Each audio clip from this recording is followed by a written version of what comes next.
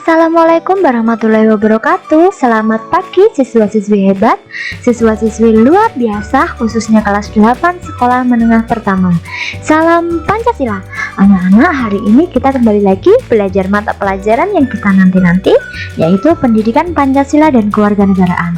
Silahkan disimak dengan baik-baik, semoga bermanfaat dan selamat belajar.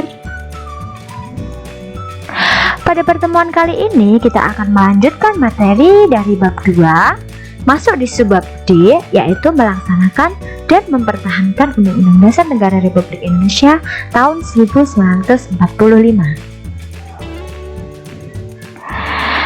Tujuan pembelajaran kita hari ini adalah gimana agar peserta didik dapat mengidentifikasi pelaksanaan Undang-Undang Dasar Negara Republik Indonesia tahun 1945 di berbagai bidang, kemudian mampu menelaah upaya perwujudan Undang-Undang Dasar Negara Republik Indonesia tahun 1945 sebagai upaya dalam mempertahankan Undang-Undang Dasar Negara Republik Indonesia tahun 1945.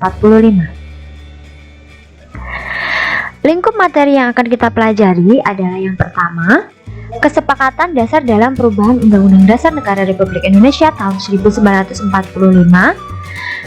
Kemudian pelaksanaan Undang-Undang Dasar tahun 1945 dalam berbagai bidang. Lalu perwujudan Undang-Undang Dasar tahun 1945 dalam berbagai kehidupan. Langsung saja. Yang pertama, tentang kesepakatan dasar dalam perubahan Undang-Undang Dasar Negara Republik Indonesia tahun 1945. Ada beberapa kesepakatan dasar yang telah disepakati oleh para pendiri bangsa, ya, di mana Undang-Undang Dasar Negara Republik Indonesia tahun 1945 itu merupakan konstitusi yang dapat dirubah, ya. Berdasarkan pasal 37 Undang-Undang Dasar Negara Republik Indonesia tahun 1945 yang mengatakan bahwa 2/3 anggota yang hadir dan sekurang-kurangnya disetujui 50% ditambah 1 dari seluruh anggota MPR. Itu adalah ketentuan apabila ingin merubah pasal di dalam undang-undang. Setidaknya di dalam rapat perubahan pasal undang-undang dasar tersebut harus dihadiri oleh 2/3 anggota MPR, dan yang menyetujui adalah 50% ditambah 1 dari seluruh anggota MPR. Maka perubahan dari Undang-Undang Dasar 1945 tersebut dapat disahkan. Nah, kemudian Undang-Undang Dasar tahun 1945 itu sudah mengalami 4 kali perubahan atau disebut 4 kali amandemen yang dimulai dari tahun 1999 yang lalu. Nah, ada 5 kesepakatan dasar terkait perubahan Undang-Undang Dasar tahun 1945. Yang pertama adalah yang sudah disepakati oleh para pendiri bangsa terdahulu. Yang pertama, di mana tidak merubah pembukaan Undang-Undang Dasar Negara Republik Indonesia tahun 1945.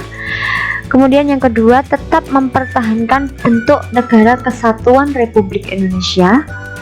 Yang ketiga, mempertegas sistem pemerintahan presidensial, ya. Sistem pemerintahan presidensial itu artinya adalah di mana kepala negara dan kepala pemerintahan itu dipimpin oleh seorang presiden. Kemudian yang keempat, penjelasan Undang-Undang Dasar tahun 1945 yang memuat hal-hal normatif, ya. Hal-hal normatif, aturan-aturan akan dimasukkan ke dalam pasal-pasal. Normatif itu kayak aturan-aturan yang disepakati. Nah, yang kelima adalah melakukan perubahan dengan cara adendum. Adendum itu apa? Adendum itu adalah merubah sebuah dokumen, namun dokumen asli tidak dihilangkan atau tetap ada. Jadi misalkan ada amandemen atau merubah Undang-Undang Dasar tahun 1945, merubah pasal-pasal di dalamnya, ya. Maka pasal aslinya pasal sebelum dirubah itu tidak boleh dihilangkan, ya. Jadi dokumen asli tetap ada. Boleh dirubah namun dokumen asli tetap ada. atau tidak dihilangkan. Seperti itu disebut dengan cara adendum. Nah, MPR telah menyepakati untuk tidak merubah pembukaan Undang-Undang Dasar tahun 1945 yang tertuang dalam peraturan atau ketetapan MPR Majelis Permusyawaratan Rakyat nomor 11 tahun 1945. Alasannya kenapa pembukaan Undang-Undang Dasar tahun 1945 itu tidak dirubah, karena pembukaan itu memuat cita-cita bersama ya di alinea kedua, kemudian juga memuat tujuan negara atau dasar falsafah negara ada di alinea keempat, kemudian memuat dasar negara Pancasila yang menjadi kesepakatan pertama bangsa Indonesia dalam membangun negara kesatuan Republik Indonesia ada di alinea keempat juga di dalam pembukaan. Nah, lembaga negara bisa dirubah ya. Fungsi dari sebuah lembaga negara itu ya kayak DPR, MPR, Mahkamah Agung ya. Kalau lembaga legislatif itu ada DPR, MPR ya. Kalau lembaga eksekutif itu ada presiden dan menteri-menteri. Kemudian lembaga yudikatif atau lembaga peradilan itu ada Mahkamah Agung, Mahkamah Konstitusi. Nah, itu fungsinya itu bisa dirubah, namun Pancasila tetap mendasari dan menjiwai perubahan dan fungsi dari lembaga itu, seperti itu. Nah, kemudian dengan tidak merubah pembukaan Undang-Undang Dasar tahun 1945, maka tidak berubah pula kedudukan Pancasila sebagai dasar filosofis negara. Kesimpulannya, jika merubah Undang-Undang Dasar tahun 1945 berarti menghancurkan Negara Kesatuan Republik Indonesia. Seperti itu. Nah, yang kedua, tentang pelaksanaan Undang-Undang Dasar tahun 1945 dalam berbagai bidang ya. Pelaksanaannya meliputi bidang ekonomi, bidang politik, bidang hukum, lalu ada bidang sosial budaya, kemudian di bidang pertahanan dan keamanan. Nah, pelaksanaan Undang-Undang Dasar tahun 1945 di bidang ekonomi apa ya? Jadi diatur di dalam pasal-pasal terkait ekonomi yang ada di Indonesia ya, melingkupi pengelolaan kekayaan alam negara, pengaturan anggaran belanja negara, anggaran pendapatan belanja negara APBN, serta pendapatan negara lainnya. Ini ada di pasal-pasal di dalam undang-undang. Silahkan dicari ya pasal tentang ekonomi. Di antaranya ada di pasal 33 ya, itu juga tentang ekonomi ya, bisa dicari di internet ya. Kemudian ada di bidang politik, MPR berwenang mengubah dan menetapkan undang-undang dasar sebagai pelaksana tugas konstitusional. Ini juga ada di undang-undang, pasal diatur di dalam pasal Undang-Undang Dasar tahun 1945. Kemudian ada di bidang hukum, yaitu pasal 1 ayat 3 yang berbunyi negara Indonesia adalah negara hukum. Nah, ini contoh dari pelaksanaan Undang-Undang Dasar tahun 1945 di bidang hukum ya, ada di pasal 1 ayat 3.